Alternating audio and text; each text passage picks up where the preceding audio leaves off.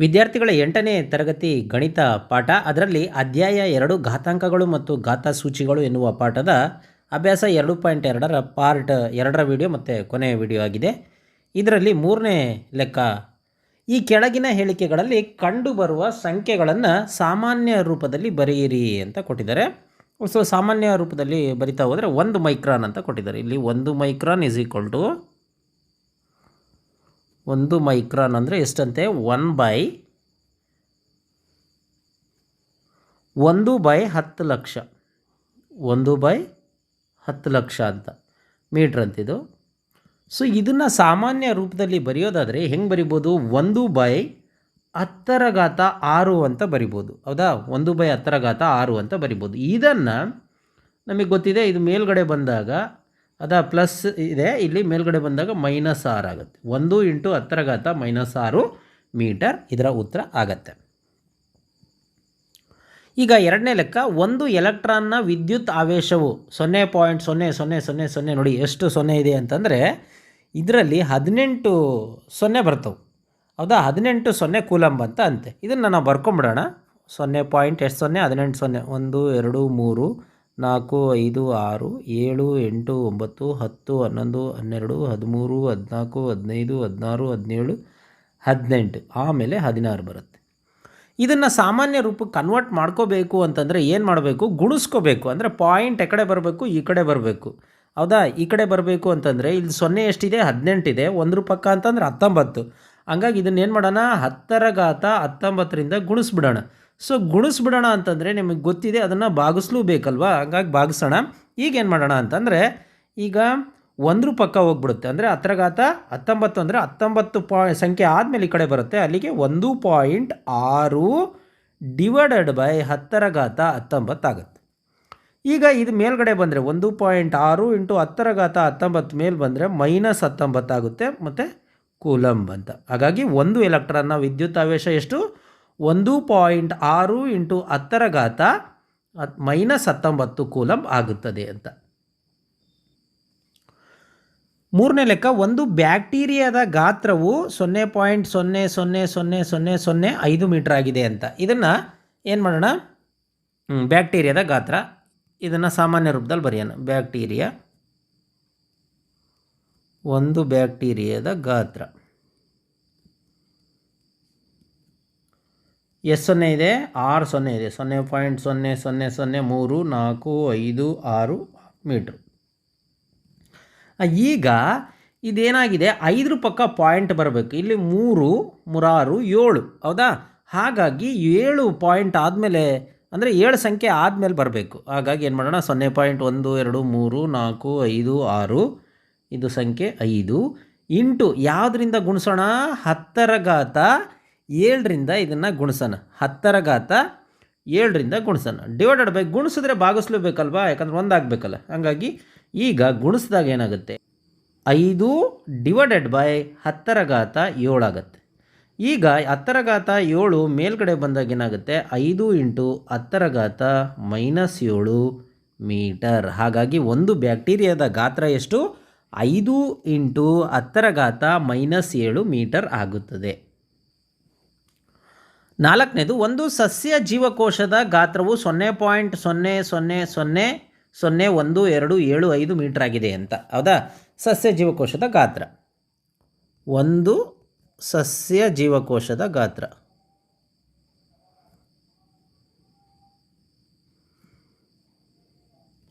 Is equal to 0.80 ಇದೆ, 4 0 ಇದೆ, 4 0 1 2 7 5 metre.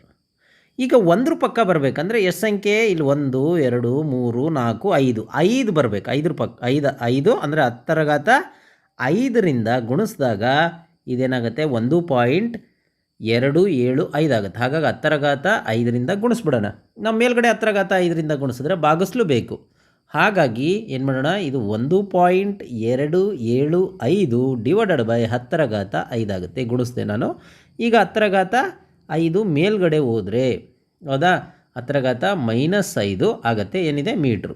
ಹಾಗಾಗಿ ಒಂದು ಜೀವಕೋಶದ ಗಾತ್ರ ಎಷ್ಟು? 1.275 × 10⁻−5 ಮೀಟರ್ ಆಗುತ್ತದೆ. ಈಗ 5ನೇ ಲೆಕ್ಕ, ಒಂದು ಕಾಗದದ ದಪ್ಪವು 0.07 ಮಿಲಿಮೀಟರ್ ಆಗಿದೆ ಅಂತ ಕೊಟ್ಟಿದ್ದಾರೆ. ಅದನ್ನು ಬರ್ಕೊಳ್ಳೋಣ. ಒಂದು ಕಾಗದದ ದಪ್ಪ ಎಷ್ಟಂತೆ?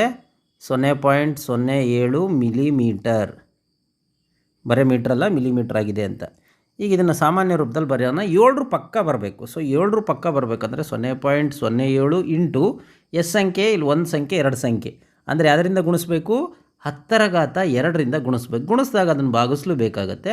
ಸೊ ಹಂಗಾಗಿ ಈಗ 7, ಹೌದಾ, ಗುಣಿಸಿದಾಗ 7 ಆಯಿತು, /10⁻2. ಈಗ 10⁻2 ಮೇಲ್ಗಡೆ ಹೋದರೆ 10⁻−2 ಮಿಲಿಮೀಟರ್. ಇದು ಒಂದು ಕಾಗದದ ದಪ್ಪ ಎಷ್ಟು? 7 × 10⁻−2 ಮಿಲಿಮೀಟರ್ ಆಗುತ್ತೆ. ಈಗ ಈ ಪಾಠದ ಕೊನೆಯ ಲೆಕ್ಕ, 4ನೇ ಲೆಕ್ಕ. ಒಂದು ಕಂತೆಯಲ್ಲಿ ಪ್ರತಿಯೊಂದು 20 ಮಿಲಿಮೀಟರ್ ದಪ್ಪವುಳ್ಳ 5 ಪುಸ್ತಕಗಳು ಮತ್ತು ಪ್ರತಿಯೊಂದು 0.016 ಮಿಲಿಮೀಟರ್ ದಪ್ಪವುಳ್ಳ 5 ಹಾಳೆಗಳು ಇದ್ದಾವೆ. ಕಂತೆಯ ಒಟ್ಟು ದಪ್ಪ ಎಷ್ಟು ಅಂತ. ಕಂತೆ ಅಂತಂದರೆ ಅದೊಂದು ರಾಶಿ ಅಂತದ್ದು, ಹೌದಾ? ಒಂದು ಬಾಕ್ಸ್ ಆದರೂ ಅಂದ್ಕೊಳ್ಳಿ. ಹಿಂಗೆ ಇಂಥ ಕಂತೆಯಲ್ಲಿ ಎಷ್ಟಿದಾವಂತೆ? 5 ಪುಸ್ತಕ ಇದ್ದಾವಂತೆ. ಇದ್ರಾಗ ಎಷ್ಟಿದ್ದಾವೆ? 5 ಪುಸ್ತಕ ಇದ್ದಾವಂತೆ, ಪ್ಲಸ್ 5 ಹಾಳೆ ಇದ್ದಾವಂತೆ. ಈ 5 ಹಾಳೆ 5 ಪುಸ್ತಕ ಇದ್ದಾವಂತೆ. ಇದ್ರದ್ದು ಹಾಳೆ ಎಷ್ಟು ದಪ್ಪ ಇದೆ, ಪುಸ್ತಕ ಎಷ್ಟು ದಪ್ಪ ಇದ್ದಾವೆ ಅಂತ ಕೇಳಿದ್ದಾರೆ. ಹಾಗಾದರೆ ಇದು ಒಟ್ಟು ದಪ್ಪ ಎಷ್ಟು ಅಂತ ಕೇಳಿದ್ದಾರೆ. ಇದ್ರ ಒಟ್ಟು ದಪ್ಪ ಎಷ್ಟು ಅಂತ ಕೇಳಿದ್ದಾರೆ. ನಾವೇನು ಮಾಡೋಣ, ಇಲ್ಲಿ ಈ ಪುಸ್ತಕದ ದಪ್ಪ ಬರ್ಕೊಳ್ಳೋಣ ಫಸ್ಟು. ಒಂದು ಪುಸ್ತಕದ ದಪ್ಪ, ಒಂದು ಪುಸ್ತಕದ ದಪ್ಪ ಎಷ್ಟಂತೆ? 20 ಮಿಲಿಮೀಟರ್ ಅಂತೆ. 20 ಮಿಲಿಮೀಟರ್. ಹಾಗಾದರೆ ಅಂತ 5 ಪುಸ್ತಕ ಆದರೆ ಹಾಗಾದರೆ 5 ಪುಸ್ತಕಗಳ ದಪ್ಪ, 5 ಪುಸ್ತಕಗಳ ದಪ್ಪ ಏನು ಮಾಡಬೇಕು ಹೇಳಿ? 20 × 5 ಅಲ್ವಾ? 20 × 5 ಗುಣಿಸ್ತೀವಿ. ಸೊ ಅಲ್ಲಿಗೆ 25 100 ಮಿಲಿಮೀಟ್ರ್ ಆಯಿತು. ಹಾಗಾದರೆ 5 ಪುಸ್ತಕಗಳ ದಪ್ಪ ಎಷ್ಟು? 100 ಮಿಲಿಮೀಟ್ರ್ ಆಯಿತು. ನೆಕ್ಸ್ಟ್ ಇನ್ನೊಂದು ಕೊಟ್ಟಿದ್ದಾರೆ, ಒಂದು ಹಾಳೆ, ಹೌದಾ? ಪ್ರತಿಯೊಂದು ಅಂದರೆ ಒಂದು ಹಾಳೆಯ ದಪ್ಪ ಕೊಟ್ಟರು. ಒಂದು ಹಾಳೆಯ ದಪ್ಪ, ಒಂದು ಹಾಳೆಯ ದಪ್ಪ ಎಷ್ಟಂತೆ? 0.016 ಮಿಲಿಮೀಟರ್, ಹೌದಾ? ಹಾಗಾದರೆ ಇಂಥ 5 ಹಾಳೆಯ ದಪ್ಪ, ಇಂತಹ 5 ಹಾಳೆಗಳ ದಪ್ಪ, ಹಾಳೆಗಳ ದಪ್ಪ ಏನು ಮಾಡೋಣ? ಸೇಮ್ 0.016 × 5ರಿಂದ ಗುಣಿಸ್ಬಿಡೋಣ ಅಲ್ವಾ? ಈಗ ನೋಡಿ, ಈಗ 16 ಎಷ್ಟು? 80. 16 80, ಕರೆಕ್ಟಾ? 16 80. ಪಾಯಿಂಟ್ ಎಷ್ಟು ಸಂಖ್ಯೆ ಆದಮೇಲಿದೆ? 3 ಸಂಖ್ಯೆ ಆದಮೇಲಿದೆ. ಸೊ 3 ಸಂಖ್ಯೆ ಆದಮೇಲಿದೆ ಅಂತಂದರೆ ಇಲ್ಲಿ ಇರೋದೇ 2, ಹೌದಾ? 1 2. ಹಂಗಾಗಿ ಇನ್ನೊಂದು ಬೇಕಲ್ಲ, ಇನ್ನೊಂದು 0 ಹಾಕ್ಕೊಂಡು ಪಾಯಿಂಟ್ ಕಟ್ಕೊಳ್ಳೋಣ. ಅಲ್ಲಿಗೆ ಎಷ್ಟು ಬಂತು? 0.08 ಮಿಲಿಮೀಟ್ರ್ ಆಗುತ್ತೆ.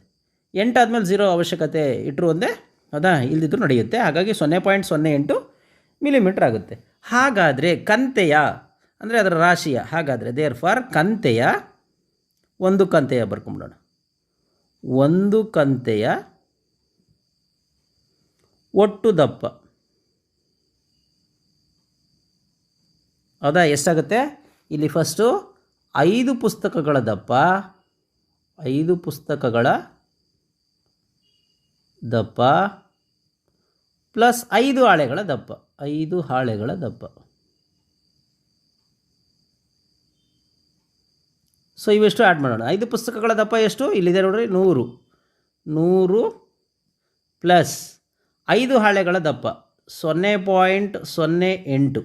ಇವೆರಡನ್ನು ಆ್ಯಡ್ ಮಾಡಿದಾಗ ಏನು ಬರುತ್ತೆ ನೋಡ್ರಿ? 100.08 ಇದು ಬರುತ್ತೆ, ಹೌದಾ? ಇದನ್ನು ನಾವು ಏನು ಘಾತ ರೂಪದಲ್ಲಿ ಇಡೋದಾದರೆ ಹೇಗಿಡ್ಬೋದು ಅಂತಂದರೆ, ಈಗ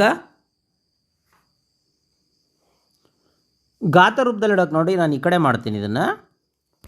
ಅಲ್ಲಿಗೆ =100.08. ಘಾತ ರೂಪದಲ್ಲಿ ಇಡೋದಾದರೆ ಒಂದ್ರ ಪಕ್ಕ ಬರಬೇಕು ಪಾಯಿಂಟ್ ಅಂತಂದರೆ ಏನು ಮಾಡಬೇಕು ನಾವು? ಇದನ್ನು 10⁻2ರಿಂದ ಭಾಗಿಸ್ಬೇಕು. 10⁻2 10⁻2ರಿಂದ ಭಾಗಿಸಿದ್ರೆ ಗುಣಿಸ್ಲೂ ಬೇಕು ಅಲ್ವಾ? ಸೊ ಹಾಗಾಗಿ ಈಗ 10⁻2ರಿಂದ ಭಾಗಿಸಿದ್ರೆ ಇಲ್ಲಿ 0.12 ಈ ಕಡೆ ಬರುತ್ತೆ. ಅಲ್ಲಿಗೆ 1.0008 ಇಂಟು 10⁻2 ಏನಿದು? ಮಿಲಿಮೀಟರ್. ಸೊ ಹಾಗಾದರೆ ಒಂದು ಕಂತೆಯ ಒಟ್ಟು ದಪ್ಪ ಎಷ್ಟು? 1.0008 × 10⁻² ಮಿಲಿಮೀಟರ್ ಆಗುತ್ತೆ.